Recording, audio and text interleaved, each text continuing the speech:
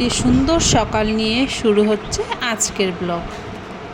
রুচির এই ছোট্ট পরিবারে আপনাদের সকলকে স্বাগত জানাচ্ছি। Welcome to simple housewife. সকালের এই নরম আলো আর ঠান্ডা হাওয়া মনটাকে এক নিমেষে শান্ত করে দেয়। প্রকৃতির এই রূপটাই মনে করিয়ে দেয় প্রতিটি দিনেই একটা নতুন সুযোগ। সবুজ পাতা, তাজা বাতাস আর এক চিলটে রোদ, প্রকৃতির এই ছোট্ট উপহারেই মন জুড়িয়ে যায়। তাই নিজের চারপাশে সবুজে ভরিয়ে রাখুন আর সকলেই ভালো থাকবেন, সুস্থ থাকবেন। সকাল মানেই তো এক নতুন ব্যস্ততা। বিছানা ছাড়া থেকে শুরু করে ঘর গোছানো আর পরপরই সোজা রান্নাঘরে ছুটে যাওয়া, এই তো আমাদের প্রতিদিনের চেনা গল্প। সকালের এই চিরচেনা ব্যস্ততার মাঝেই লুকিয়ে থাকে এক অদ্ভুত ভালো লাগা। ফুটন্ত ভাতের গন্ধ, ডাল সম্বার দেওয়ার শব্দ আর এক কাপ ধোয়া ওঠা গরম গরম চা। রান্নাঘরের এই চেনা আয়োজনগুলোই কিন্তু পুরো বাড়িটাকে সচল করে তোলে।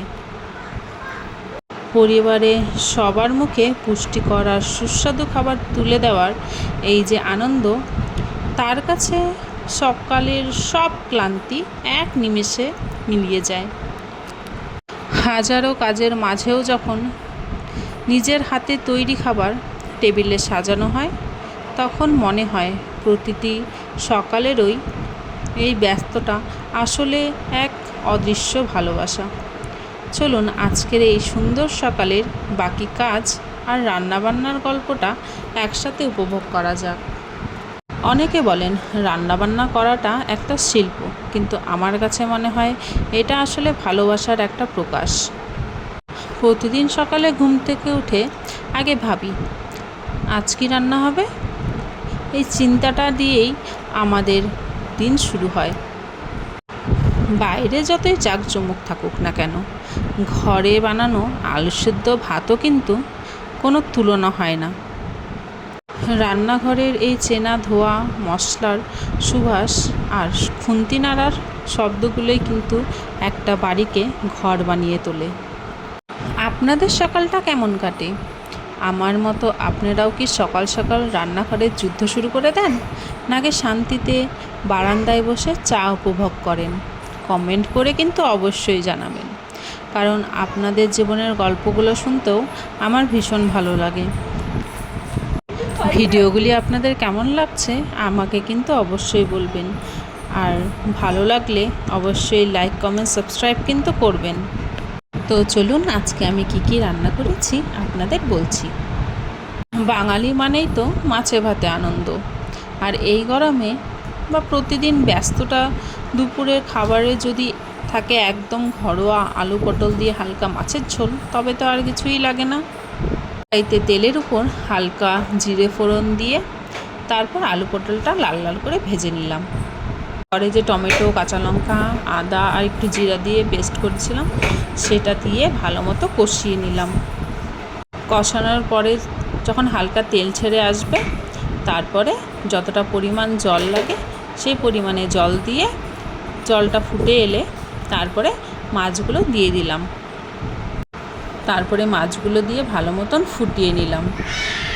মাছটা ভালো মতো ফুটে উঠতে উঠতে অন্য কড়াইতে হালকা তেল দিয়ে কালো জিরা ফোড়ন দিয়ে দিলাম আলু আর করলা ভাজা করতে।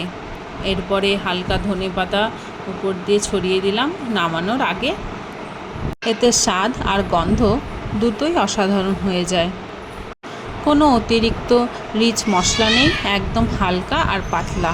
এই ঝোলের স্বাদ স্বাস্থ্যের জন্য কিন্তু অনেক ভালো, তেমনি গরমে ভাতের সাথেও খেতে অমৃত।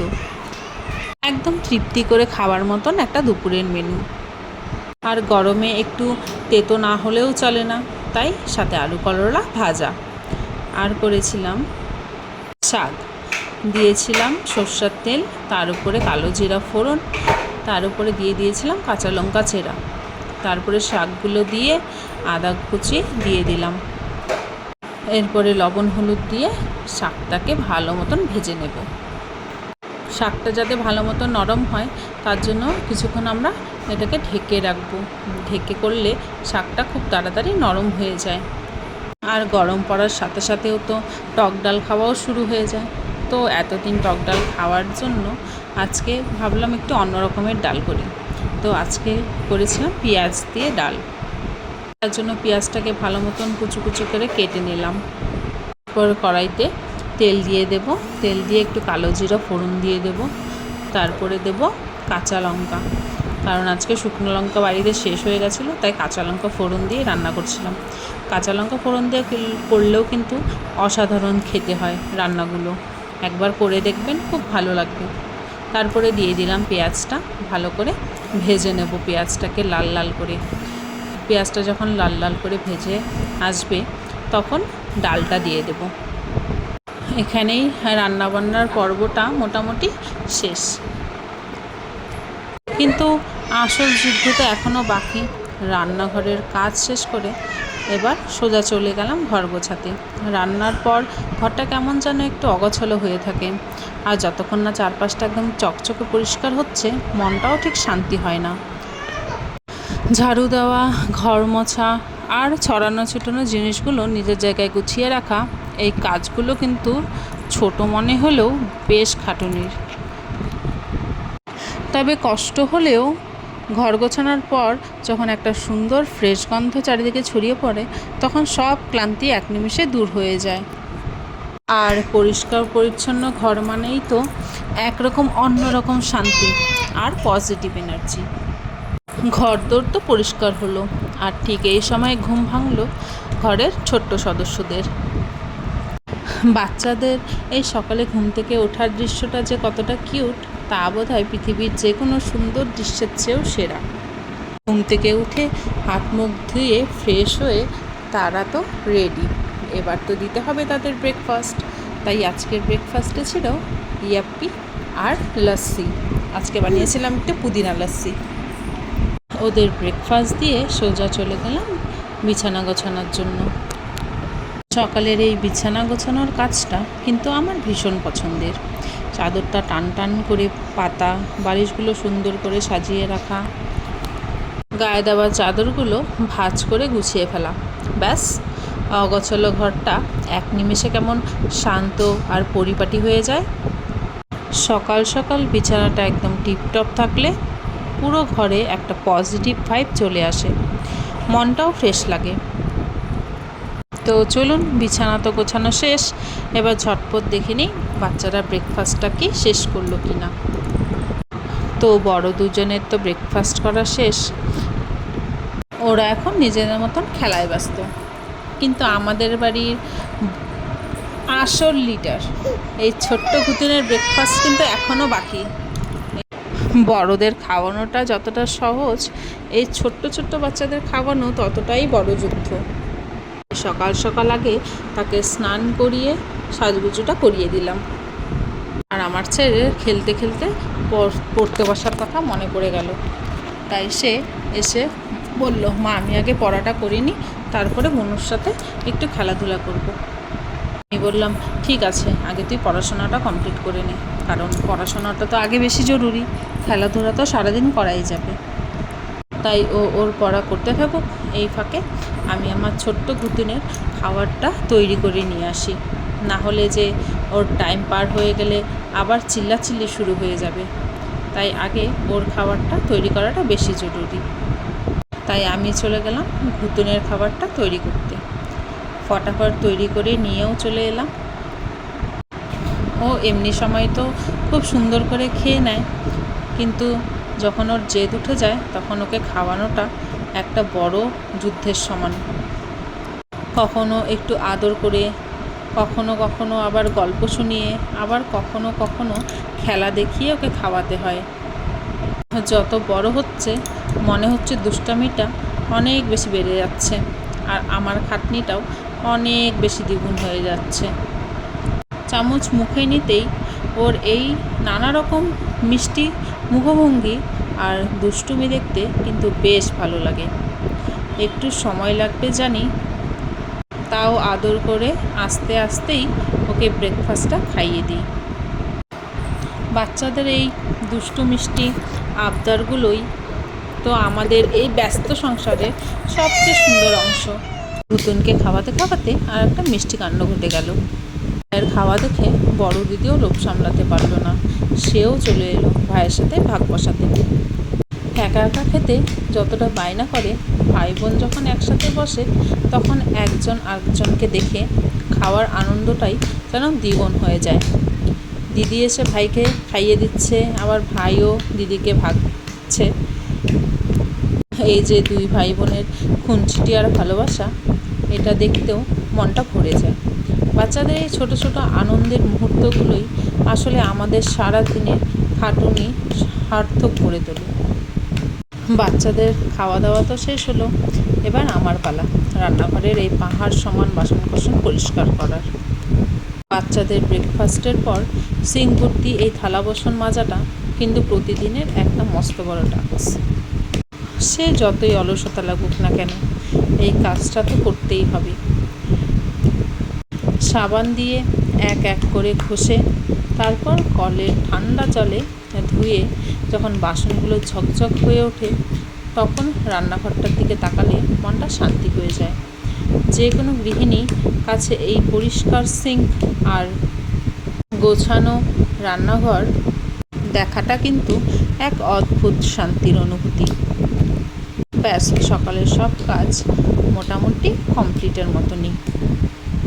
ঝকঝকে পরিষ্কার বাসনগুলো যখন এক এক করে ঝুড়িতে সাজিয়ে রাখি, তখন এই গোছানো রূপটা দেখে কিন্তু বেশ ভালো লাগে। মনে হয় রান্নাঘরের সাথে সাথে মনে সব জটলাও যেন একদম ধুয়ে মুছে সাফ হয়ে গেল। সংসার সামলানোর এই ছোট ছোট ডিউটিগুলি দিন শেষে আমাদের একটা সুন্দর আর পরিপাটি জীবন উপহার দেয়। বাসন মাজা তো কমপ্লিট, এবার বাচ্চাদের নিয়ে পড়াশোনা। কারণ ওদের নিয়ে পড়তে না বসালে ওরা তো দুষ্টুমি করবেই, আর পড়াশোনাটাও খুব জরুরি। তাই সকালের খাওয়া দাওয়ার পর এই সময়তে ওদের মনটা একটু ফ্রেশ থাকে, তাই এই সুযোগেই বই খাতাগুলো নিয়ে বসে পড়লাম। আজকালকার বাচ্চাদের পড়াতে বসানো মানে একটা ছোটোখাটো যুদ্ধ। নানা রকম বাহানা, পেন্সিল খুঁজে না পাওয়া, কিংবা একটু পরে খিদে পেয়েছে বলা, এই সব রোজকার চেনা গল্প। আর ভাই বোনদের মধ্যে এই তো দুষ্টুমি শুরু। একজন আরেকজনকে দেখে পড়তে বসা, এটা কিন্তু ছোটোর থেকেই শিখে যায় ওরা। দেখো, আমার পুতুন সোনাও দিদিকে দেখে দেখে বই নিয়ে বসে পড়েছে পড়াশোনা করবে বলে। একটু আদর করে, আবার কখনো মিষ্টি শাসন করে ওদের পড়াটা বুঝিয়ে দিই।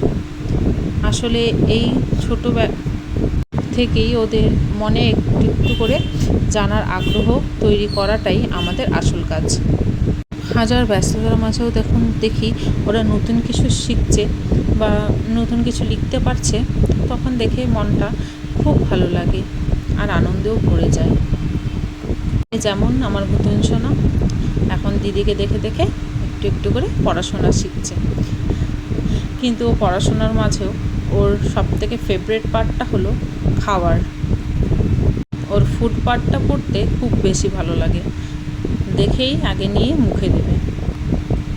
ও যে এটা বুঝেছে যে এটা খাওয়ার জিনিস, সেটাও আমার কাছে অনেক বড় ব্যাপার যে ও শিখছে। বাচ্চাদের নতুন বইয়ের রঙিন ছবিগুলো দেখানো আর নতুন নতুন জিনিস শেখানোর মজাই আলাদা। ও যখন নিজের ছোট্ট আঙুল দিয়ে বইয়ের পাখি, ফুল বা ফলের ছবিগুলো দেখায় আর আদো আদো মুখে সেগুলো বলার চেষ্টা করে, কিন্তু ও যেহেতু এখনও কথা বলতে শেখেনি, তাই এখনও তো আদো আদো, তাই শুনতে সেই কথাগুলো বেশ ভালো লাগে। প্রতিদিন ও একটু একটু করে নতুন নতুন শব্দ, নতুন নতুন অ্যাক্টিভিটি ও শিখছে, নতুন নতুন রং চিনছে। ওর এই ছোট্ট পৃথিবীর বড় বড় আবিষ্কারগুলো দেখতেই আমার সবচেয়ে বেশি ভালো লাগে। বাচ্চাদের এই কৌতূহলী চোখ আর মিষ্টি শেখার মুহূর্তগুলোই কিন্তু আমাদের ঘরের আসল আলো। ওদেরকে পড়তে বসালে আমাদের পড়াশোনার কথা মনে পড়ে যায়, আমাদের ছোটোবেলা তো ছিল এক রূপকথার মতন। আজকের বাচ্চাদের মতন আমাদের শৈশবটা চার দেওয়ালের মাঝে বা মোবাইলের স্ক্রিনে বন্দি ছিল না। আমাদের আনন্দ লুকিয়েছিল পাড়ার মোড়ে বিকেলে দল বেঁধে লুকোচুরি, কানামাছি কিংবা কাবাডি খেলার মধ্যে। স্কুল থেকে ফিরে শক্তিমান দেখা, রবিবারের সকালে দূরদর্শনে আলিফ লেলা বা মোগলি দেখার জন্য পুরো সপ্তাহের অপেক্ষা। এই ছোট ছোট জিনিসগুলোই আমাদের কাছে ছিল আকাশে চাঁদ ধরার মতন আনন্দ। তখন বন্ধুদের সাথে কথা বলার জন্য কোনো হোয়াটসঅ্যাপ বা মেসেঞ্জার লাগতো না। বিকেলের দিকে কারোর বাড়ির সামনে গিয়ে একটা হাঁক দিলেই পুরো গ্যাং হাজির হয়ে যেত। পরীক্ষার শেষে বা গরমের ছুটিতে মামাবাড়ি যাওয়ার যে কী ব্যাকুলতা ছিল তা আজকের যুগে ডিজিটাল বাচ্চারা হয়তো কখনোই বুঝবে না। আমরাই বোধহয় শেষ প্রজন্ম যারা প্রযুক্তির ছোঁয়া ছাড়া একদম খাঁটি এবং একটা ভীষণ সুন্দর শৈশব কাটিয়ে এসেছি। সত্যি সেই সোনালি দিনগুলো আর কখনোই বা কোনো দিনই ফিরে আসবে না, কিন্তু স্মৃতি হয়ে সারা জীবন মনের মণিকোঠরে থেকে যাবে। নিজের ছোটোবেলার কথা মনে করতেই মনটা কেমন যেন একটু ভারী হয়ে গেল, আবার একসাথে এক বুক ভালো লাগাও কাজ করছে।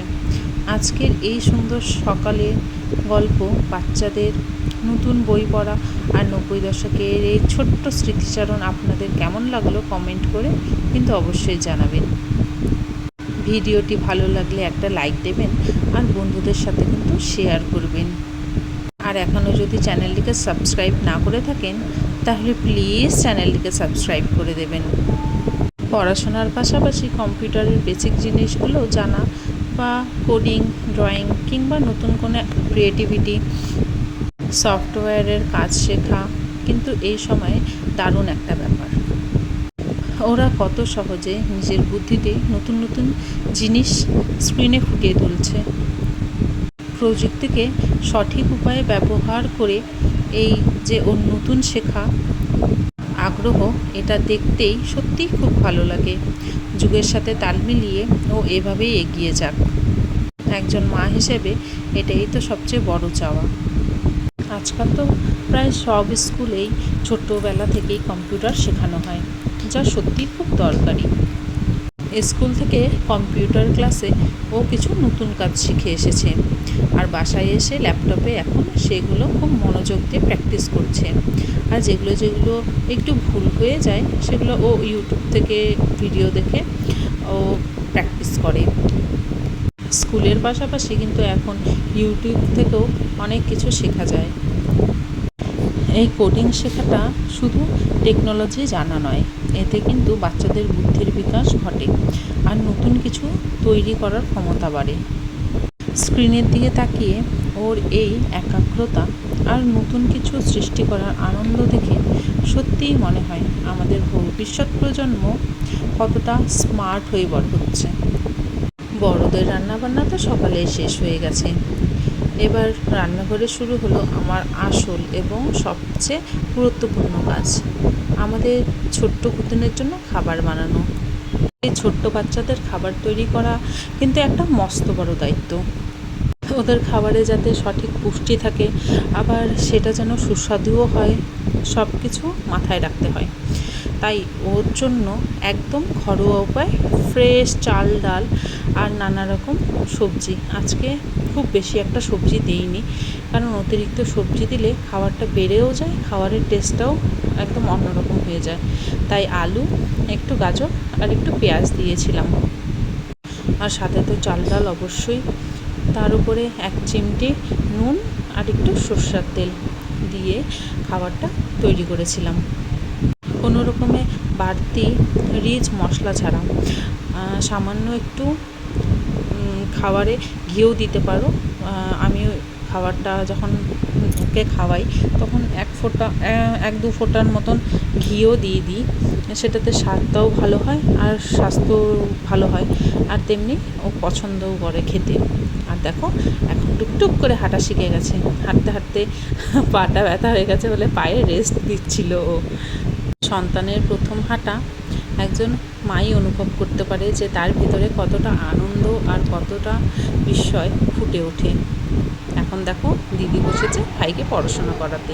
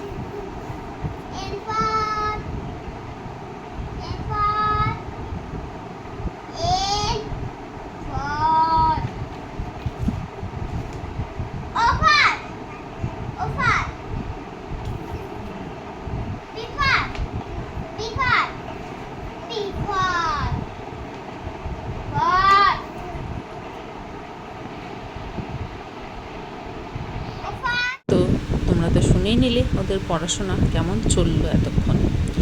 সকালে রান্নাবান্না, ঘর মোছা, বাসন মাজা আর বাচ্চাদের সামলানো সব যুদ্ধ জয় করে অবশেষে এলো আমাদের সবচেয়ে শান্তির মুহূর্ত, অর্থাৎ দুপুরের খাবারের পালা। সারাদিন এত খাটুনির পর এই সময়টার জন্য মনটা সত্যিই ব্যাকুল হয়ে থাকে। গরম গরম ভাত, সাথে সকালে সেই আলু পটল দিয়ে হালকা মাছের পাতলা ঝোল, একদম অমৃত।